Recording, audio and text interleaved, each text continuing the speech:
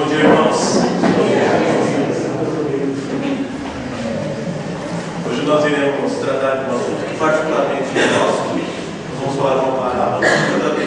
Já tratei nos estudos de quarta-feira, mas nunca falei com vocês sobre isso. E como é uma parábola que exige alguma atenção, é difícil você expor, se pregar no domingo. Eu já falo, os irmãos sabem que eu não tenho muita economia no falar, né? Então, para não ser demitido, eu prefiro expor a parábola como estudo, né? Do contrário, nós teríamos um sermão de 1h30. Né? Da janela. Exatamente,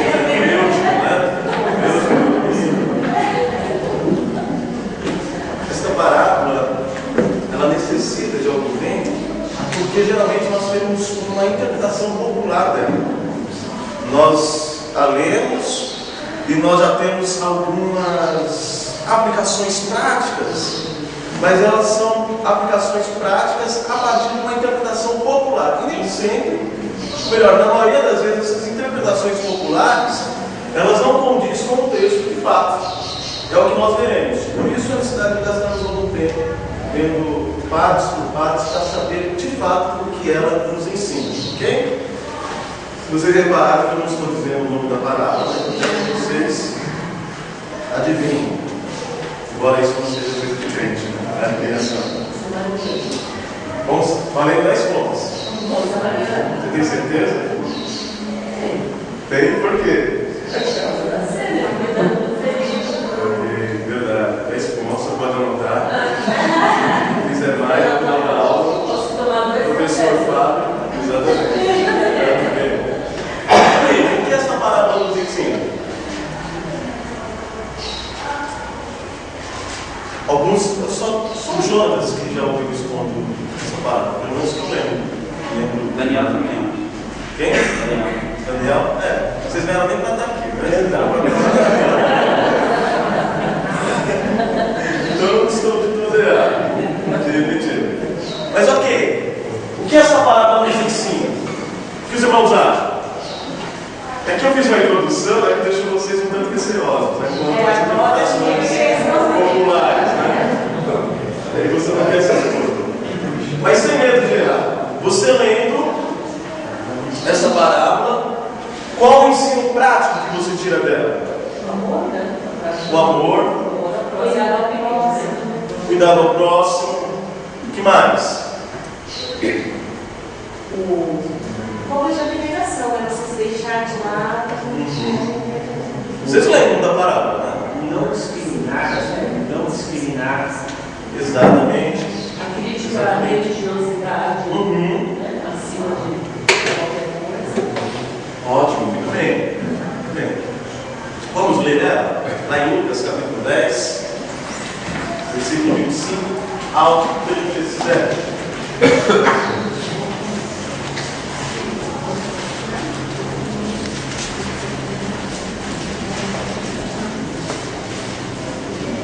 Lucas capítulo 10, versículo 25 ao versículo 37.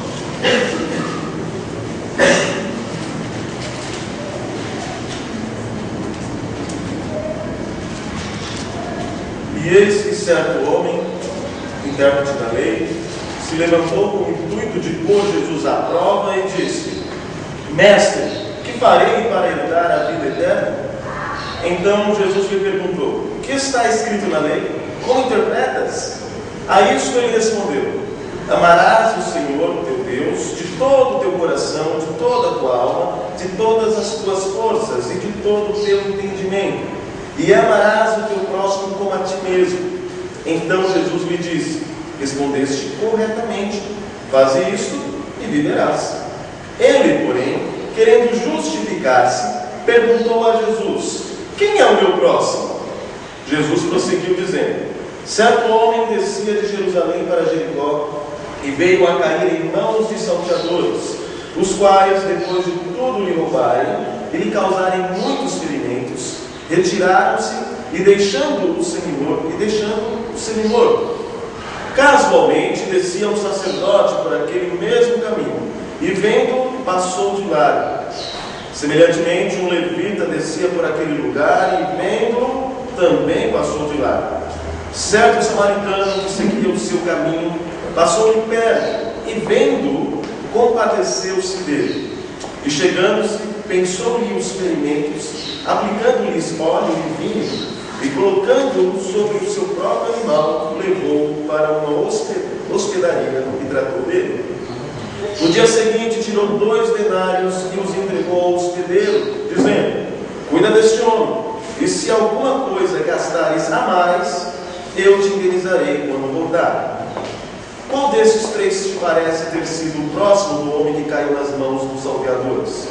Respondeu-lhe o intérprete da lei: o que usou de misericórdia para com ele. Então lhe disse: vai e procede tu de igual modo. Oremos. Pai, a tua palavra foi lida e rogamos humildemente a sabedoria vinda do alto, a iluminação do teu Santo Espírito, para que possamos interpretar este texto corretamente, de modo a glorificar o teu nome e edificar a tua igreja, e que não sejamos meros ouvintes, mas que haja a disposição para praticar os princípios que serão expostos. No nome de Jesus oramos. Amém. Ok, algumas sugestões, algumas participações dos irmãos, algumas coisas que os irmãos disseram quanto à parábola, nos dá uma ideia de como nós podemos aplicá-la à nossa vida. De fato. No entanto, o importante é nós considerarmos o diálogo anterior para entendermos a parábola. Qual é o diálogo? Jesus está conversando com quem? Com um intérprete da lei. O que os irmãos entendem ser um intérprete da lei? Quem era o intérprete da lei naquela época? Era uma pessoa que tinha pouco conhecimento religioso da Torá. Ele não era um discípulo, mas ele era um homem que conhecia muito bem de teologia. Ele fazia parte da cúpula religiosa que compunha a liderança do judaísmo. Ele interpretava a lei, ele conhecia a lei de Deus. Então nós já começamos a perceber que as perguntas que ele está fazendo a Jesus é porque ele não sabe das respostas. Ele sabe. Ele sabe. O que o texto diz? No início, versículo 25. Alguém lê, por gentileza? E certo homem, intérprete da lei, se levantou com o intuito de pôr Jesus à prova. Professor, quem dá qualquer tipo de palestra já passou por isso. Pastor também. É aquele tipo de pergunta que a pessoa sabe a resposta. Ela quer pôr à prova, ela quer questionar, ela quer criar uma polêmica, ou ela quer também se destacar de alguma forma, demonstrar conhecimento. Nós vamos perceber que o intérprete da lei, ele tem de tudo isso um pouco. Ele quer se destacar, ele quer se aparecer, ele quer pôr à prova, ele quer demonstrar o seu conhecimento. Mas será que Jesus não sabe disso? Será que ele não conhece o coração daquele homem? E como Jesus irá responder? E ele faz uma pergunta muito importante. Qual é a pergunta? Versículo 25. Que farei para lembrar da vida eterna? Que farei para herdar a vida eterna? Esta é a pergunta principal do diálogo. Então repare, ela não pode ser esquecida à medida que você lê o texto. Porque quando você lê o texto, quando você lê a parábola ela busca responder quem é o meu próximo, mas também busca responder a pergunta principal. E a pergunta principal é a primeira: o que farei para herdar a vida eterna? O que farei para ganhar a vida eterna? Algumas considerações. Já fez a pergunta, né? Vamos considerar o diálogo. Está pequenininho, ficou mais ou menos. Está miúdo. Vocês vão ter que eu vou lendo e vocês vão Pela fé compreendo, porque eu estou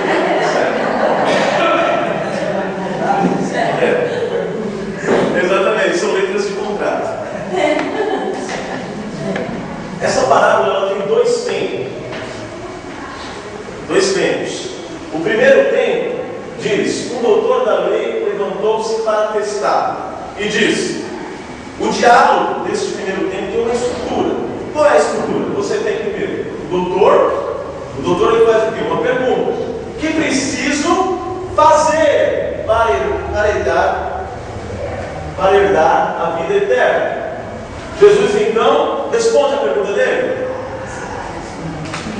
Ele faz outra pergunta: o que diz a lei? Em seguida o doutor responde: amarás a Deus de todo o teu entendimento, de toda a tua alma e a teu próximo como a ti mesmo. Opa, então ele sabe.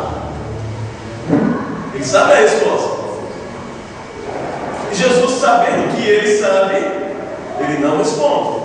Ele faz uma outra pergunta. O primeiro tempo então se conclui com Jesus dizendo: faze isto e viverás. A pergunta dele é: o que fazer? Jesus diz: o que diz a lei? Ele diz: então, sua resposta é: faze isso que você disse e viverás. Você terá a vida eterna. O segundo tempo, ele, o doutor da lei, desejando justificar-se. Olha que interessante. O primeiro tempo ele é marcado com a pergunta do intérprete da lei, e esta pergunta é motivada por o quê? O que está motivando ele a fazer a pergunta no primeiro tempo? Para testar, colocar à prova. É isso que o motiva. No segundo tempo, ele faz uma outra pergunta e há uma motivação também, segundo o texto. E ele, o doutor da lei, ou o intérprete da lei, desejando justificar-se. Será que é justificar a resposta dele? É o que nós entendemos, né? Mas vamos ver mais para frente. Desejando justificar-se, disse: quem é o meu próximo? Olha como está parecido no segundo tempo.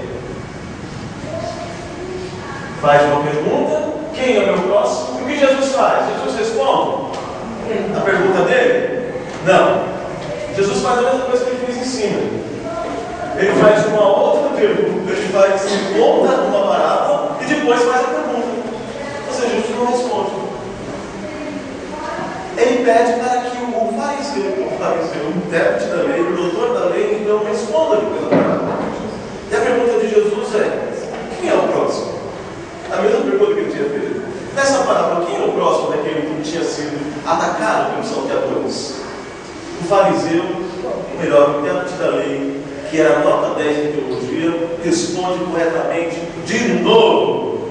Ele diz: aquele que demonstrou misericórdia para com ele. Este foi o próximo do homem que estava machucado, caído, que tinha sido alvo dos salteadores. Jesus disse: parabéns. De novo você acertou. Vai, continua fazendo. Essa é a ideia do verbo, do grego. Continua fazendo. Não pare de fazer.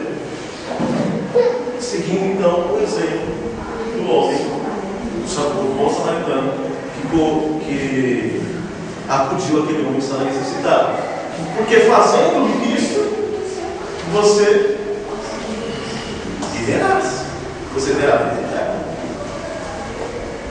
O modo que eu estou dizendo, talvez você que não tem experiência está dizendo: mas puxa vida, isso não significa que a salvação é apenas obras. Pensou nisso? É pelo que eu faço? Eu tenho que ser solícito, tenho que ajudar o próximo, tá? Na verdade, as obras são um reflexo da fé. Então a gente pensa assim, o que parece ser uma pegadinha, mas é aquela história. Você deveria agir como samaritano. Então continue, é bem aquela história, continue fazendo o que você já deveria estar. Exato. É uma boa discussão presbiteriana. Na verdade, as suas obras são evidências, são reflexos que você é salvo. De fato. Mas vamos lá tentar entender o texto para entendermos essa parábola. Nós percebemos que Jesus ele respondeu a pergunta principal: o que farei para herdar a vida eterna?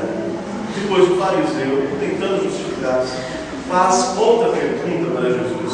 Jesus conta a parábola. E esta parábola está respondendo às duas perguntas: quem é o meu próximo? E responde também à pergunta principal: o que farei para herdar a vida eterna? Ok? Vamos então para os textos. Travou aqui.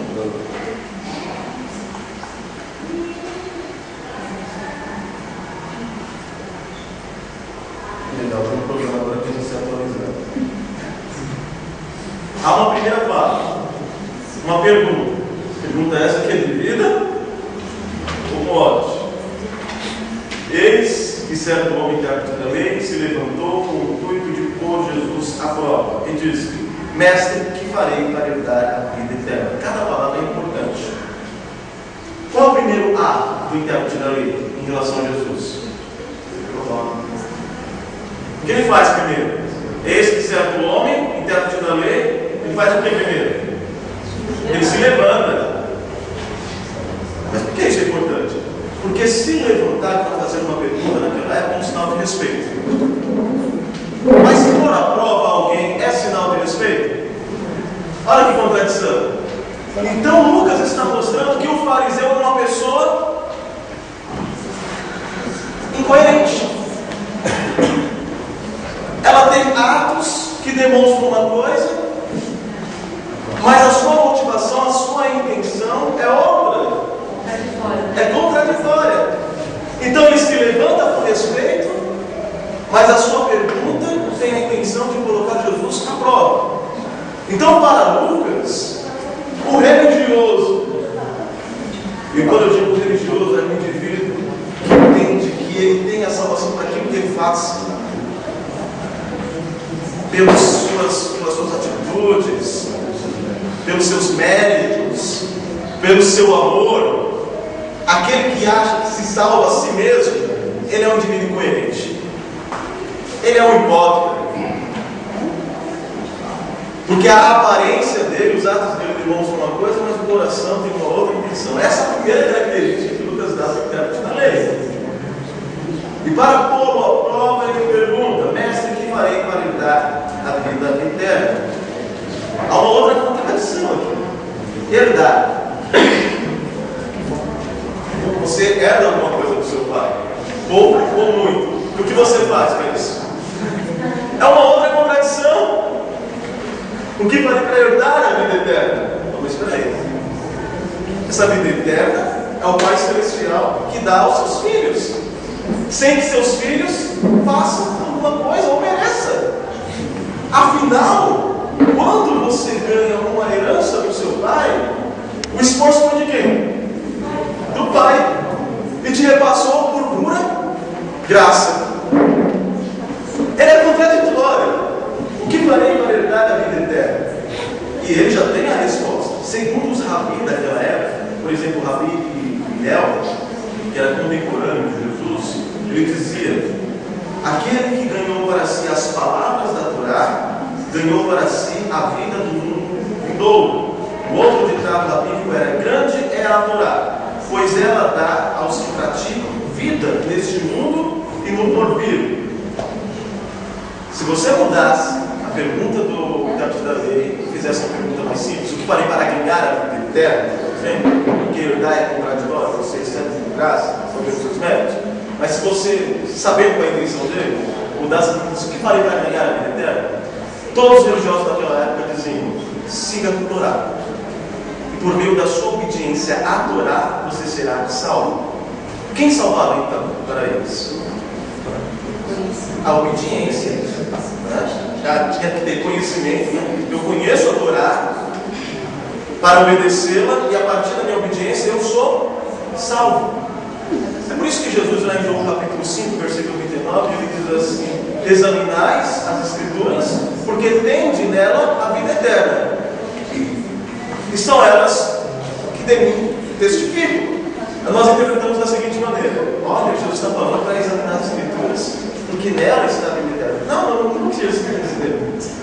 Jesus está dizendo, vocês examinam as Escrituras porque vocês acham que as Escrituras vão te dar a vida eterna. Mas a Bíblia, as Escrituras não salvam. Elas testificam quem salva realmente, que é Cristo. As Escrituras não dizem, faz isso para que você seja salvo. As Escrituras apontam para aquele que fez tudo e por meio dele somos salvos. E a nossa obediência é reflexo dessa salvação que já foi otorgada por Cristo. Está ficando mais claro à medida que Jesus foi ensinando. A segunda fala.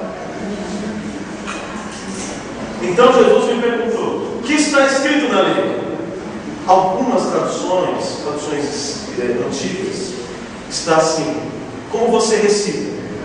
Você já tem que ter decorado o catecismo. Você sabe muito bem como responder essa pergunta. Como você recita?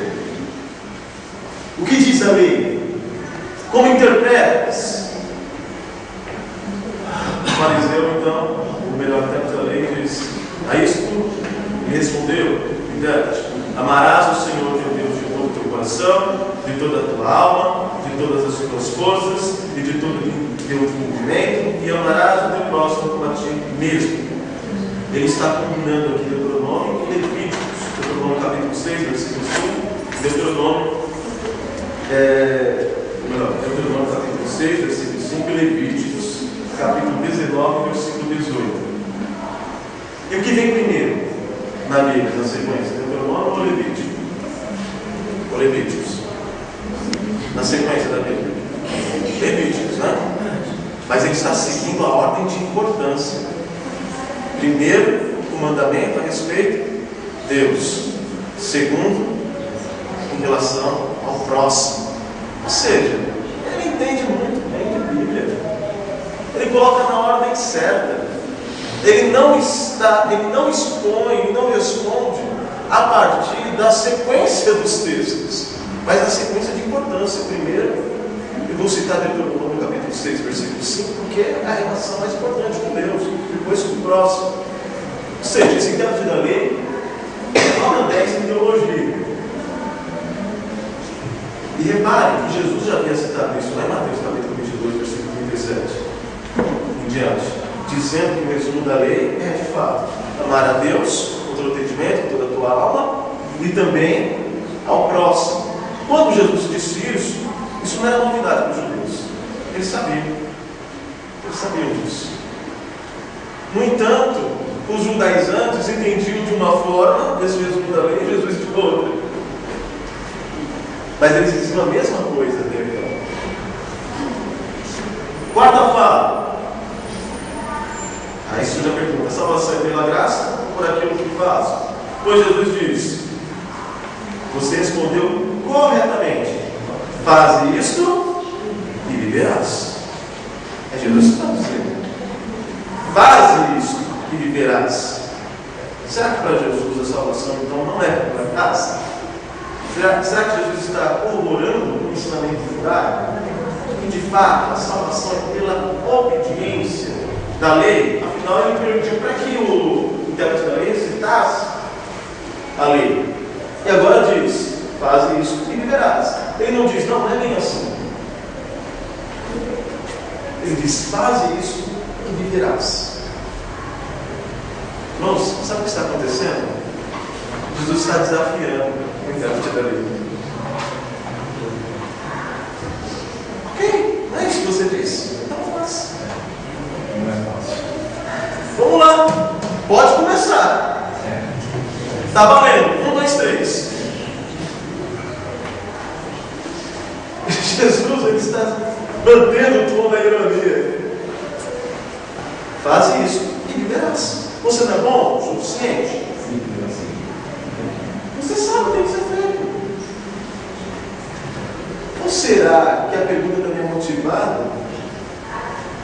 por uma dúvida? Ele conhece, mas só que ele sabe que na prática ele não consegue fazer isso. A versão siriaica, o siriaico antigo, diz assim: faz isso e estás vivendo. Você vai continuar vivendo esta vida e a vida eterna para sempre. De fato, o homem ele tem a teologia certa, mas a questão é: Ele está disposto a agir de acordo com aquilo que ele conhece? O que ele faz realmente o sal? Ele é capaz de seguir plenamente todo o ensino da lei? Aí nós temos a quinta fala. Ele, porém, querendo justificar-se, perguntou a Jesus: quem é o meu próximo? E a pergunta aqui é: em que sentido ele tenta se justificar? A Diana já havia dito, né? Ele está tentando justificar a sua resposta. Não tem? Não tem, André? Ele está tentando justificar a resposta dele. Você parece que tem pegadinha. Que pegadinha. Em que sentido ele quer justificar-se? Ele não quer assumir Que ele está errado. Verdade. O que mais? Ele quer defender uma interpretação de que o próximo seriam talvez os próprios judeus, que o próximo não é bem o próximo que você está pensando, alguma coisa assim. Sim, é verdade, é verdade. De fato, ele tem esse Próximo pensamento. é eu achar que é próximo, para ser mais Sim, exato. Tem mais proximidade, né? Familiar, amizade, etc. No entanto, o que nós começamos agora já o segundo tempo, né? Estamos no segundo tempo do jogo. E ele faz uma outra pergunta, mas a questão aqui é o que o motiva. Ele quer se justificar. Mas se justificar em que sentido? Será que isso acontece na igreja? Uma vez eu falei, lá em João 10, nós lemos que ele veio para matar, roubar e destruir. Quem? Quem veio para matar, roubar e destruir? Hã? Quem? Satanás, né? Mas lá Jesus está dizendo assim: o ladrão veio para matar, roubar e destruir. Aí você diz assim, tentando se justificar, você diz: o ladrão é o diabo. Aí Jesus disse: o ladrão são todos aqueles que vieram antes de mim, se referindo aos falsos profetas. Então o ladrão não é diabo. Mas aí você tentando se justificar, você vai dizer: não, mas o diabo ele mata, rouba, destrói. Né? Ou seja, você vai entender porque essa é a interpretação popular que você tem para si. Não que o diabo não faça isso, mas Jesus não está falando sobre o diabo. Ele está falando sobre os falsos profetas, sobre os falsos messias que ajudavam o povo. E aí o povo ia na onda, né, dele. Quando a coisa estava feia, quando o cerco apertado, quando Roma ia ver o que estava acontecendo, dizia: o que é isso? Uma sedição? É um grupo. Eles saíam fora e deixavam as ovelhas dispersas, as ovelhas como alvo da violência dos humanos, e as pessoas morriam, e esses líderes, esses falsos messias fugiam. Jesus está dizendo: esses líderes falsos, esses messias falsos, eles só vêm para matar, roubar e destruir. Eles querem a pele da ovelha, eles não querem cuidar. Mas eu sou o bom pastor, e o bom pastor dá vida pelas suas ovelhas. Só estou dando esse exemplo porque nós temos uma outra interpretação, uma interpretação popular. E quando alguém diz não é bem assim, a gente quer justificar. Ou seja, dar razão do porquê respondemos assim. E talvez nós interpretemos esta passagem do mesmo modo. Ele está tentando explicar a sua pergunta, mas não. A palavra no grego para justificar não tem o sentido de se explicar. Se justificar é passar-se por justo. Dá para explicar nessa imagem aqui. Gente, esse livro está me sabotando. Isso é coisa do. Isso é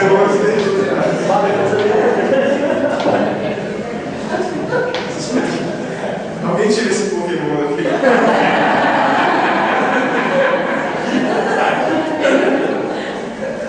Ele, porém, querendo justificar-se, ou seja, se passar por justo, perguntou a Jesus: quem é o meu próximo? E você diz: como o indivíduo vai se passar por justo fazendo esse tipo de pergunta?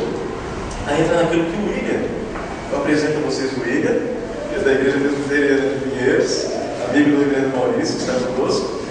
Foi aquilo que o William respondeu corretamente. Na resposta do judeu, segundo o ensino judaico para essa pergunta: quem é o meu próximo? O meu próximo são os meus parentes, são os meus amigos. terceiro nível, aqueles que fazem parte da mesma nação, ou seja, os judeus. Fim de papo. E como que ele se justificaria? Imagine o seguinte diálogo provável. Pelo menos provável na cabeça daquele intérprete da lei. Ele acha que está manipulando a conversa. Ele diria assim: Jesus, quem é o meu próximo? Jesus repetiria um ensino que ele estava acostumado a ouvir. O seu próximo são os seus parentes, são os seus amigos e os judeus. Ele então responderia: eu faço isso. Então eis aqui um homem justo, um homem bom. Um exemplo de pessoa que está ganhando a vida eterna, porque ele é obediente. Ele iria sair assim, com essa coroa na cabeça e tudo. E aí ele seria conhecido dali para frente como um homem justo. Afinal, não era isso que os fariseus queriam? Eles não oravam nas praças. A ideia de orar nas praças é que eles saíam de casa atrasados a propósito, para não dar tempo de chegar no templo. Deu uma hora de orar, né? Mas não deu tempo de chegar no templo, então vou orar aqui na praça. Aí todo mundo orava assim: puxa, vejo o homem justo. E eles faziam longas orações bonitas. Jesus diz: quando você tiver de orar, entra no teu quarto, em secreto, teu pai em secreto te responde. Quando eles jejuavam, lá no capítulo 6 de Mateus, eles ficavam com o rosto desfigurado, sabe aquela carinha de coitado? O que aconteceu? Estou jejuando. Agora um homem justo. Então o fariseu, o religioso, aquele que acha que está sendo salvo pelas suas obras, ele quer se aparecer. Ele quer ser o centro da atenção. Ele quer ser o mais crente. Ele tem que ter um vocabulário de crente. Varão, bênção de Deus. Não estou falando que todo mundo tem esse vocabulário, necessariamente, né? Tem essa motivação. Mas cria-se, né? Um diálogo próprio, né? Você tem que andar de terno e gravar, tem que ter do braço, para você mostrar que você é crente. Você anda tanto tempo com a Bíblia do braço, tem que ter a marca aqui de suor, né? Ele que é bom nada. Então ele quer se justificar no sentido de se parecer justo aos olhos daqueles que o veem. Então Jesus conta uma parábola. E esta parábola tem algumas cenas. A primeira cena, os salteadores. Certo homem descia de Jerusalém para Jericó. Está saindo de Jerusalém, onde fica o templo. Ele está indo para Jericó. Descendo uma estrada comprida. A estrada é tão comprida que você saberia quem estava bem longe lá na frente. Está saindo provavelmente do templo e está indo para Jericó. Então nós temos aqui a ideia de vir, né? Imagine a cena, um teatro, aparece o indivíduo, quem entra lá na cena? Ele vem. E veio a cair em mão de salteadores, os quais depois de tudo lhe roubarem e lhe causarem muitos ferimentos, ou seja, surge aí um segundo, ou melhor, um grupo na cena. Esse grupo ele faz alguma coisa, não faz? O que eles fazem? Eles roubam. Eles assaltam aquele homem que estava só na estrada. E depois, o que eles fazem?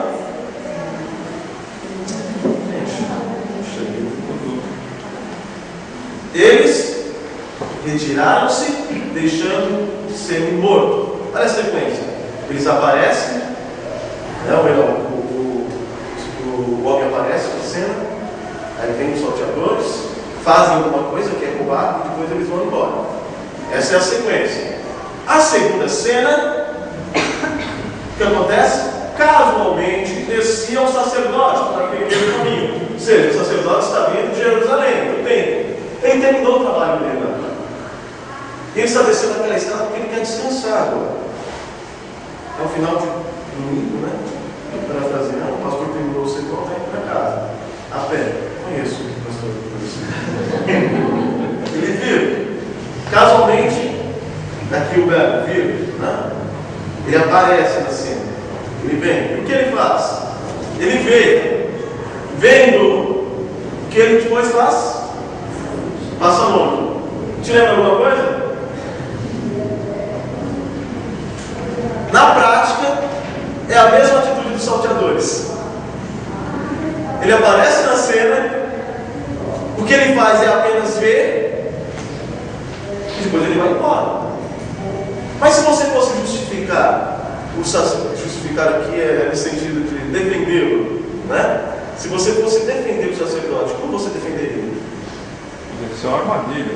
De ir lá e... Exatamente. Uma boa. Isso acontece, irmãos. Provavelmente, em uma outra situação, dentro do nosso contexto, você imaginaria isso. É provável que, de fato, a gente vê muito esse filme, né? A moça pedindo lá carona, né? A moça bonita, tá? Aí passa, ela está com o carro quebrado, né? Aí o indivíduo para, os salteadores, os ladrões saem embaixo de algum esconderijo, né? Em meio ao mato, saem de lá e atacam o povo. Ele poderia pensar isso. Mas havia também questões religiosas que o impediam. Um sacerdote, um judeu, não poderia tocar um gentil. E aquele homem está machucado, as roupas rasgadas. Não dá para distinguir pela roupa se é um judeu ou não. Se eu, sacerdote, toco naquele homem, eu vou me tornar impuro. Se eu me tornar impuro, todos os dízimos que eu ganhei, a parte que me é devida, que a outra parte ficava no templo, né? Mas o sacerdote ganhava o seu salário para se sustentar. Se ele se tornasse impuro, todo o seu salário que fosse tocado por ele se tornava impuro. Ele não poderia usar para sustentar a família dele, nem os escravos, nem os servos. Então está dizendo, não, existe uma vida, existe um dever religioso que eu devo cumprir. E eu não posso deixar de cumprir esse dever religioso e desamparar minha família.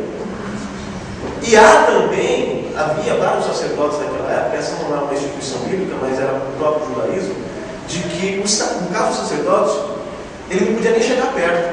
Existia uma distância, um campo, né, imaginário, que não poderia ser ultrapassado. Porque só de chegar perto, por exemplo, se eu cheguei perto de um gentio, eu sou sacerdote, já me contaminei. Então ele passa de largo. Ele passa de largo.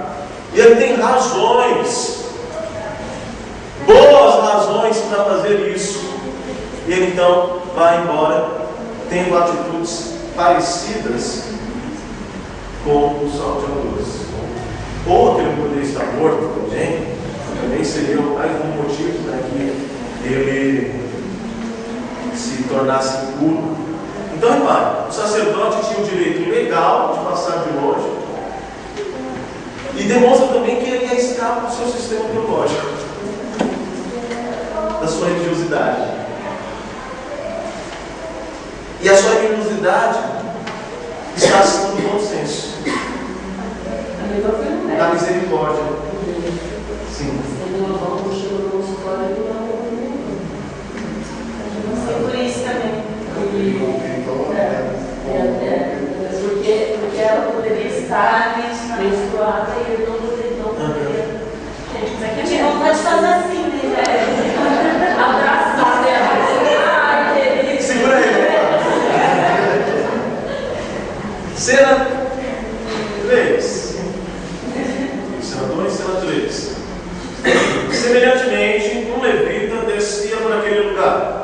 Viu? E vendo, foi o que ele fez, apenas. Também passou de largo. O levita é até mais fácil de justificar.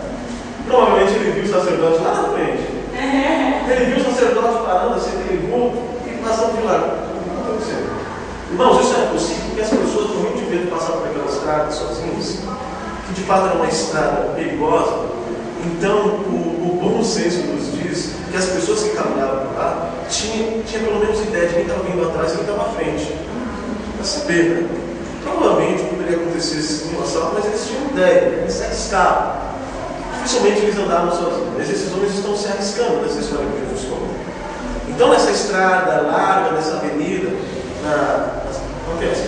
A avenida lá, que é extensa, na Sapopemba, né? Lá na Sapopemba, né? Ele está descendo, ele viu o sacerdote lá na frente. Porque o texto diz: semelhantemente, um levita descia para aquele lugar e vendo, também passou de largo. Acho que ele também tem imaginado assim, rapaz, se o sacerdote, que é sacerdote, que é mais sábio que eu, que é o homem de Deus, passou de largo, você acha que eu vou parar aqui? Vou seguir essa sabedoria deste homem sábio, deste exemplo de procedimento. E ele também passou longe. O medo de contaminação não pode ter sido o motivo. Ele não tinha tanto conhecimento biológico como o sacerdote. Ele está seguindo um exemplo. Pode ter sido sim o medo dos assaltantes, mas o que é mais provável é que ele está seguindo o exemplo do sacerdote. Interessante isso, né? Uma religiosidade, né? Você cria ícones da religiosidade e aí tem um monte de gente indo embora. E ele então vai embora. Olha só, o padrão se repete. Para os judeus que estavam ouvindo aquela parábola, e tinha muitas pessoas inteligentes no meio, eles já tinham ideia de quem seria o próximo. Que a sequência normal para o judeu seria sacerdote, levita e um leigo judeu. Mas aí Jesus surpreende. Jesus surpreende. E aí Jesus, exatamente. Gente, o primeiro foi aí todo mundo, sacerdote. O segundo foi o levita. E o terceiro, o leigo, ele não. Foi o samaritano. Pronto. Aí teve gente que não gostou dessa história, vou sair. Porque eles ponteavam os samaritanos. Os samaritanos eram os mestiços da época. Os samaritanos, nós temos no Antigo Testamento o reino dividido, Israel e Judá, o reino do norte, Israel, o reino do sul, Judá. O reino do norte é o primeiro reino a ser conquistado pelo Império Assírio. E a Síria conquista, leva uma parte cativa, e o povo que fica, os assírios, se misturam, têm relações.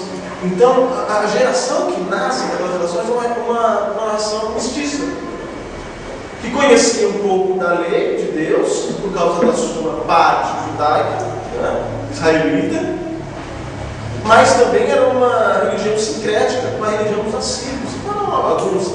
Os judeus foram conquistados por Nabucodonosor, imperador da Babilônia, no ano 604 a.C., foram levados cativos, mas eles mantiveram a linhagem. Quando eles voltaram, depois de 70 anos de cativeiro, a ajudar, eles percebem que os seus vizinhos, os israelitas, não são mais aquele povo, é um povo mestiço. Então eles desprezavam os samaritanos, eles tinham ódio. Eles não são o povo de Deus, eles são desprezados, são mestiços, não guardaram a linhagem. E aí havia um conflito entre esses dois povos. Jesus diz: certo samaritano que seguia o seu caminho, não está dizendo que ele veio de Jerusalém, não, você está subindo, descendo. Provavelmente, óbvio, ele não estava dentro do templo, ele não podia entrar no templo. Ele estava seguindo o seu caminho. Passou em perto. Ele vem, passa perto, vendo, faz a mesma coisa, compadeceu-se dele. Opa, ele não vai embora. Diferente de. Ele quer um padrão aqui. Ele faz. E o que ele faz aqui é primeiro se compadecer daquele homem. A sequência aqui muda. Em seguida, sendo assim, os primeiros socorros. Chegando-se, pensou-lhe os ferimentos e aplicando-lhes óleo e vinho, faz de novo. E vocês repararam que lá quando eu falei dos tempos, Jesus sempre diz para o fariseu: faz isso e viverás. Sabe o que é o próximo? Continue fazendo isso e viverás. E a ênfase no personagem identificado como bom samaritano é que ele faz. Ele vê, faz, ele se compadece, ele faz, e ele agora vai tratar dos ferimentos. O sacerdote e o levita judaico eram os profissionais religiosos que que conheciam os rituais exatos da lei prescrita. Na adoração, eles oficiavam em sacrifícios e libações. Eles derramavam o óleo e depois o vinho no altar. Isso era a oferta de libação. Isso eles faziam diante de Deus. É interessante que na parábola, Jesus conta que ele está usando elementos para curar as feridas que os sacerdotes e levitas usavam no templo. Olha que interessante. Esses elementos não estão aqui por acaso. Jesus indiretamente está dizendo: sabe quem ofereceu um sacrifício verdadeiro a Deus? O samaritano. Por causa do seu ato, da sua misericórdia. Cena 6. O transporte para a estalagem. Colocando sobre o seu próprio animal, levou-o para uma hospedaria e tratou dele. Ele faz de novo. Naquela época, até hoje, eu estava lendo um livro sobre cultura do Oriente Médio, e o escritor, ele disse que estava passeando em seus estudos, né? Ele estava com um menino, que era o seu filho também. O menino estava na posição de servo dele. E ele conta que ele estava numa montaria e a caminhada era longa e o menino do lado. Ele falou para o menino, rapaz, sobe, te dou a carona, não sobe. Ele, não posso fazer isso. Não posso, é errado. Porque o servo, ele nunca ia na montaria. Era sempre o senhor na montaria e o servo do lado. Era uma estrutura social. Então era normal, tanto para o servo quanto para o senhor quanto para o servo. Ninguém questionava isso. O servo se sentiria mal se subisse na montaria. Essa cena, alguém poderia ver e não entender direito, ou ver de longe e falar assim: pronto, o mestre, o senhor, está cansado, dormindo ou bebeu muito, e o servo está guiando o cavalo, a montaria, o camelo. Sétima cena, pagamento final. No dia seguinte, tirou 2 denários e os entregou ao hospedeiro, dizendo: cuida deste homem, e se alguma coisa gastares a mais, eu te utilizarei quando voltar. Ele se coloca no lugar certo, ele guia o animal até a estalagem, e chegando à estalagem, ele paga. Mas ele paga completamente. O que eu estou gastando, e se tiver mais, eu vou pagar. É um pagamento total. Ele paga, ele faz de novo. É interessante que nós temos alguns princípios que são feitos por esse bom samaritano. Ele oferece uma adoração verdadeira por meio de um sacrifício, né? Ele oferece um sacrifício, entre aspas, que tem os mesmos elementos que eram usados no sacrifício de libação. Na próxima cena, você tem eles se passando por servo, guiando a montaria, e na última cena você tem ele pagando totalmente a dívida. Isso te lembra alguma coisa? Quem é o bom samaritano da história, então? Então o que farei para ter a vida eterna? Eu sou corrompido, eu sou religioso, eu faço as coisas certas por um motivo errado,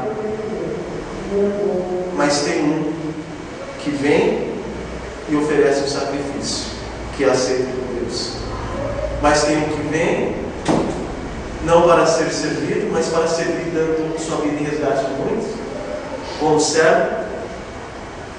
E tem um que vem e paga totalmente a minha dívida. Tem um que vem e faz, não fica falando. O que farei para herdar a vida eterna? Jesus está falando de si mesmo na palavra. Ele está falando daquele que se ofereceu como sacrifício, um sacrifício motivado pelo amor, pela abnegação, com todas as motivações corretas, sem pecado, Talvez você se ofereça, mas motivado por uma outra coisa. Aquele que se oferecer em sacrifício, servo,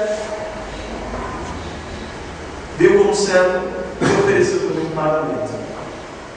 É interessante que, olha só a ideia do sacrifício, como ela é forte. Mas esses elementos são muito fracos, né? Como que você faz uma afirmação dessa?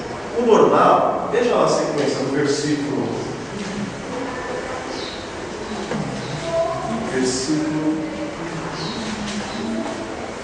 34, diz assim, Lucas 10, versículo 34: E chegando-se, pensou-lhe os ferimentos, aplicando-lhes óleo e vinho. Olha a sequência. O que vem primeiro? Óleo. E depois o vinho. Está errado. E Lucas era médico, ele sabia disso. O normal naquela época era jogar o vinho, por causa do álcool, exatamente, para limpar, e depois o óleo para amolecer as feridas, e aí você atava. Está errado. E ele é médico, gente, ele sabe disso. Por que ele muda a sequência? Porque ele está seguindo a sequência do sacrifício. Primeiro vinho, primeiro óleo, depois vinho. Então, essa é uma indicação direta de que Lucas está falando que o que o bom samaritano fez de lá, foi oferecer um sacrifício por meio do seu ato de abnegação. Quando ele guia a montaria, ele está se passando por servo. E quando ele chega na hospedaria, ele paga. O que Lucas está nos mostrando é que Jesus estava respondendo a principal pergunta daquele homem. Você não pode fazer nada, mas tem um que vem e faz. E por que Jesus não se coloca no lugar de um leigo, mas de um bom samaritano? Porque ele era odiado. Ele era odiado pelos religiosos. Então Jesus está dizendo: sabe quem salva? Sabe quem dá vida eterna? Aquele que você odeia. Eu. Capítulo 8 de João é dito que os judeus querem colocá-lo no mesmo grupo dos samaritanos, para dar motivo de odiar Jesus. Tem um motivo, claro, de convencer certo fato, não vou odiar, porque ele é parte dos samaritanos. Como herdamos então a vida eterna? Crendo no sacrifício de Cristo, vendo Jesus que vem ao mundo como servo, é aquele que faz o pagamento final. Isaías 53, texto clássico, onde o profeta, séculos antes de Jesus, nos dizia o que Jesus faria. Versículo 4: certamente Ele tomou sobre si as nossas enfermidades, e as nossas dores levou sobre si. E nós o reputávamos por aflito, ferido de Deus e oprimido. Mas Ele foi transpassado pelas nossas transgressões e moído pelas nossas iniquidades. O castigo que nos traz a paz estava sobre Ele, e pelas suas pisaduras fomos sarados. Com Cristo nós somos justificados. Eu gostaria de encerrar mostrando o que é essa justificação. Uma das formas de nós entendermos é que Deus ele trata com a humanidade através de pactos. O primeiro pacto que Ele faz com o homem é chamado de pacto de obras. E quem é este homem? O pacto que Deus faz com a humanidade, com o homem que representa a humanidade, tem algumas partes estruturais, algumas estruturas. Então você tem aqui um pacto de obras, ok? Neste pacto de obras que Deus faz, você tem as partes. Quem são as partes? Se você está num contexto jurídico, você tem as partes, não tem? Nesse pacto que Deus faz com a humanidade, quem são as partes? Nós, representados por quem? Por Adão. Qual é a segunda parte?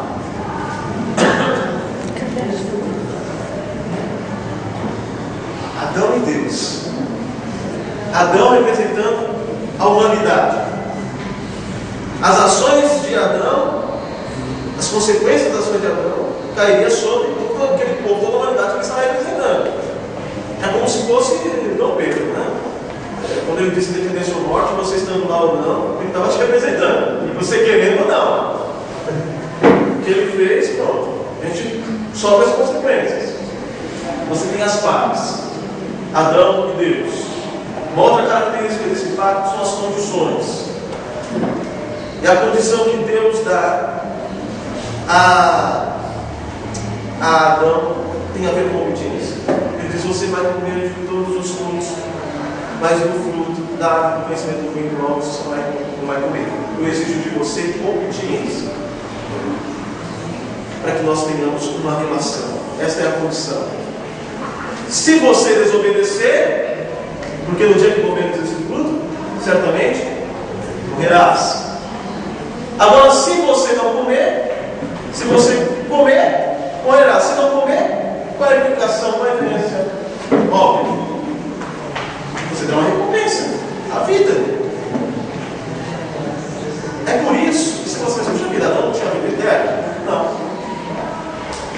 Quando ele come do fruto, lembre-se que havia duas árvores especiais: a árvore do conhecimento do bem e do mal e a árvore. Quando ele come do fruto, o que acontece? Ele perde o acesso à árvore da vida. A Bíblia diz que Deus coloca o querubim guardando, e a árvore da vida ela só vai aparecer no Apocalipse. Então ele perde a vida eterna, ele perde o acesso. Deus então faz um pacto de graça. As partes. Quem é agora? Quem são as partes? Quem é o representante? Jesus. E a segunda parte? Deus Pai. Qual a condição? Obediência. Porque Jesus, ele não te salva apenas na cruz. Do contrário, ele veio com 33 anos, mas ele nasce de uma mulher, ele é tentado em tudo, e ele diz lá em Mateus: eu não vim para revogar a lei, mas para cumprir. E ele cumpre perfeitamente o que nem eu, nem fariseu, nem intérprete da lei algum poderia fazer. Ele cumpre essa lei cabalmente. Ele obedece. Uma obediência perfeita. Mas ele morre. Opa! A ideia é, neste pacto, se eu obedecer, se eu cumprir com a condição, eu ganho o quê? Vida. E Jesus morre na cruz por quê? Porque havia uma dívida a ser paga. E essa dívida não é dele, é de Adão. E Deus é justo. Ele cobra essa dívida. Então ele tem que morrer na cruz para pagar a nossa dívida, a dívida de Adão. Mas ele permanece morto. No terceiro dia Deus o ressuscita, porque seria injusto se ele permanecesse morto. A alma que pecar morrerá, a alma que não pecar viverá. Então ressuscite-o. É injusto que ele fique morto. Mas repare que Jesus faz isso nos representando.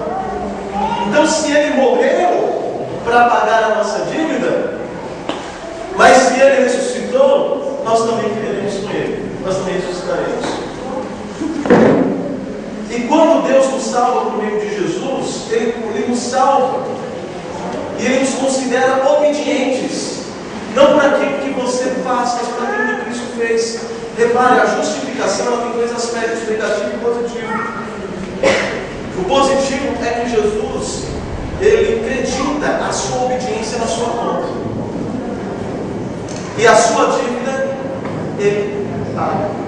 Então você está falido, está devendo $1 milhão. Não tem como pagar isso. Aí vem uma pessoa e paga essa dívida. Mas você não tem capital de giro, você continua falido. Só não tem a dívida. Mas essa pessoa é tão boa que acredita na sua conta mais de $1 milhão. É o que Jesus faz. Então, a parábola do bom samaritano está dizendo: é por aquilo nós somos salvos, temos a vida eterna, por aquilo que o bom samaritano faz. E nós queremos e recebemos. E nós obedecemos, não perfeitamente, mas obedecemos como reflexo e motivados também pela gratidão e pelo amor. samaritano. Romanos 3. Para que isso fique claro, irmãos, abra sua Bíblia em Romanos 3. Olha que interessante como Paulo, os termos que Paulo usa para falar sobre a nossa salvação. Romanos 6. Desculpa, eu falei 6 assim. Espero que você me perdoe. Romanos 5, versículo 12. Diz assim: portanto, assim como por um só homem entrou o pecado no mundo, e pelo pecado a morte, assim também a morte passou a todos os homens, porque todos pecaram. Agora veja o versículo 19. Porque como pela desobediência de um só homem, Adão, o que aconteceu? Muitos se tornaram pecadores. Assim também, por meio da obediência de um outro homem, do segundo Adão, muitos se tornarão justos. Olha que interessante. O intérprete da lei: você não se justifica, é Cristo que não justifica por aquilo que ele faz. Ele se submete à lei e obedece à lei, porque de fato, irmãos, a salvação é pelas obras de Cristo, que a livre Ele conquista a salvação por meio da obediência dele, da perfeição dele, e isso gera um crédito, e esse crédito que ele conquista, ele deposita na nossa conta. Mas nós estávamos em dívida, então ele paga a nossa conta morrendo por nós. Ao pecar, morrerá. Ele não pecou, mas os nossos pecados estavam sobre ele, por isso que ele morreu. Então ele pagou a nossa dívida e creditou a obediência dele. De modo que se você bater lá nos cordões celestiais, o anjo perguntar: o que eu devo deixar você entrar nos céus, na vida eterna, o que você diria para esse anjo? Eu fui uma boa pessoa. Eu segui a lei. Eu ia à igreja, eu li a Bíblia. Eu tentei seguir tudo direitinho. É o suficiente? Porque o padrão de Deus é perfeição, é obediência plena. E nós não somos perfeitos, nós não podemos dar obediência plena. Então ele manda o seu filho. E é interessante que Deus exige um padrão que só Ele mesmo pode satisfazer. Daí o fato do nosso Redentor ser verdadeiramente homem para nos representar e verdadeiramente Deus, porque somente Deus poderia satisfazer o seu próprio padrão. Então Ele está dizendo para aquele intérprete da lei: você tem que botar a tua fé no bom samaritano, no odiado. Ele é odiado pela religiosidade, porque a religiosidade não gosta de assumir que somos hipócritas, que somos imperfeitos. A gente acha que a gente sempre consegue, né? Mas não. Hoje você não consegue. E não há salvação fora de Cristo. Não há salvação fora do nosso Evangelho.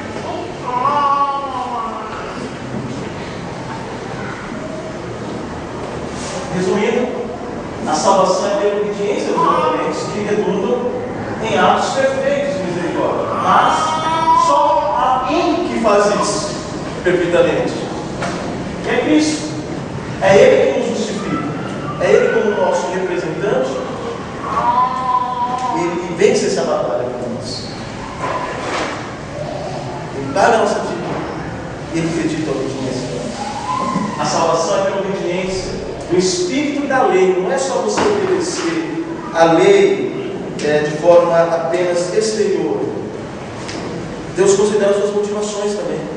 E somente um pode obedecer o espírito da lei, somente Cristo. A salvação é pela obediência do espírito da lei, pelo bom samaritano. Nós a recebemos por meio dele, e deste modo herdamos, pois, a vida eterna. Repare que essa parábola, ela não tem apenas um ensino ético, ela é bem mais abrangente. Ela diz: por mais boas que sejam suas obras, o seu coração é um lugar. Você sabe disso, não precisa explicar.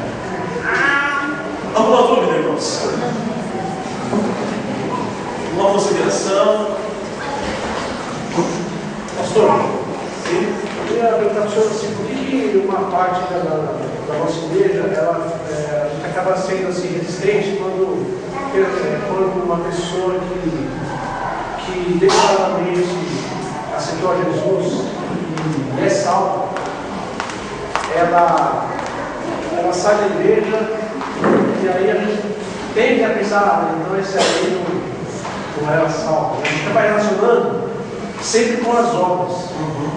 E ainda eu vejo que há uma parte sim, que a gente acaba relacionando isso nele. O cara só é salvo se ele produzir frutos, né? Por que isso acontece? Tem um texto muito interessante, lá em Efésios 2, que ele coloca as obras no devido lugar, ou seja, ele não diz que ela é a salvação, mas também não diz que ela seja desnecessária. No entanto, é interessante saber qual lugar das obras na vida cristã. Efésios capítulo 2, versículo 8 diz assim: porque pela graça sois salvos, mediante a fé. E isso não vem de vós, é dom de Deus. Não de obras. Você não é salvo pelas obras. Para que ninguém se glorie. Pois somos feitura dele, criados em Cristo Jesus, para boas obras, as quais Deus de antemão preparou para que andássemos nelas. Então, repare, que o lugar das obras é que nós não somos salvos pelas obras, mas somos salvos para as obras, para fazer obras, né? Obviamente que as obras, elas evidenciam, elas dão características que eu sou salvo, ainda que imperfeitas, né? É possível, sim, que Jesus disse isso, né? Pelos seus frutos os conhecereis. É possível, sim, que eu veja um irmão que ele não está conhecendo sua salvação por meio de Deus. Mas é difícil para mim dizer que ele não é salvo. Que ele não é salvo. Isso é de palpite. Talvez ele esteja por algum período desviado. Mas um dia ele vai se corrigir. Um dia ele vai procurar viver. Eu tenho isso profissional. A minha maior luta é, obviamente, contra o pecado. E o fato de você lutar contra o pecado é uma evidência da salvação. E se há luta em você, isso é muito bom. Se não tiver, aí esse é o problema. Né? Acho que a minha maior luta é, acima de tudo, não me conformar com o meu pecado. Porque eu vou pecar, mas eu não posso me conformar. Eu tenho que pecar. É saber qual é o lugar das obras. O Jonas, depois eu falo. Eu estava pensando nessa ideia. Você respondeu, César? Desculpa. Respondeu? Respondeu. Obrigado.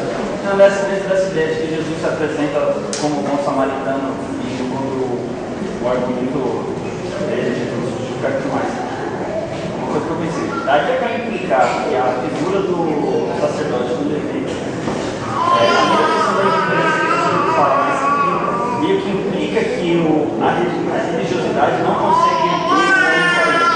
E aí o único que consegue fazer isso é o bom samaritano. Mas a própria religiosidade ela não tem essa capacidade de fazer. Exatamente. Muito bem colocado. A parábola mostra o fracasso da religião em otorgar a salvação.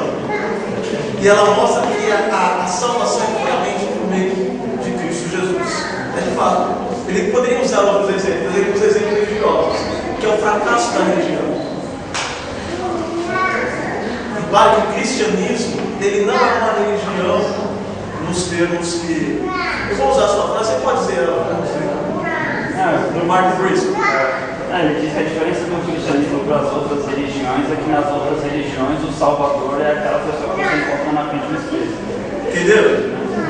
As outras religiões dizem, no final das contas, que o Salvador é que você encontra na frente do espelho. Você salva a si mesmo. O cristianismo diz que você é incapaz. Você é salvo pela fé em Cristo Jesus, pelo que Ele fez. E essa relação de fé com Cristo transforma você em uma nova pessoa, com boas obras, ainda que não perfeitas. Mas você sabe que a salvação é pela graça, não para aquilo que você faz.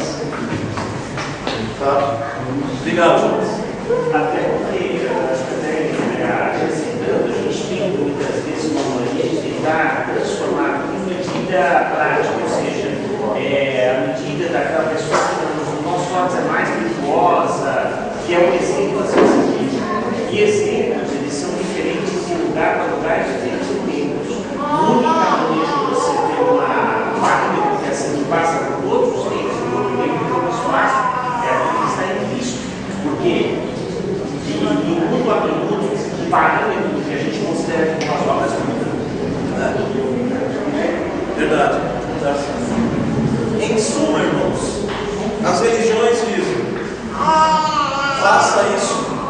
para ser aceito.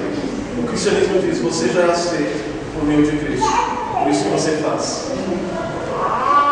E aí você faz de forma espontânea, por amor, pelos motivos certos. Isso tira o peso das nossas costas. Isso nos tira a ansiedade. Isso traz uma relação de amor com Cristo. E isso glorifica. Porque Paulo diz: não pelas obras, para que ninguém se glorie. E se as obras que estavam pelas obras de Cristo, ele é o único para ser glorificado. E isso é ruim para o nosso ego. Talvez por isso que a religiosidade não goste de ouvir essa afirmação. Vamos a uma outra pergunta, uma outra consideração. Vamos ter uma palavra de oração. Quero agradecer mais uma vez a presença do Líder. Cleber, que está conosco, com a família. Deus abençoe. Vamos, Flávio também vai fazer a economia, com a Cecília. Deus abençoe. Vamos ficar em pé.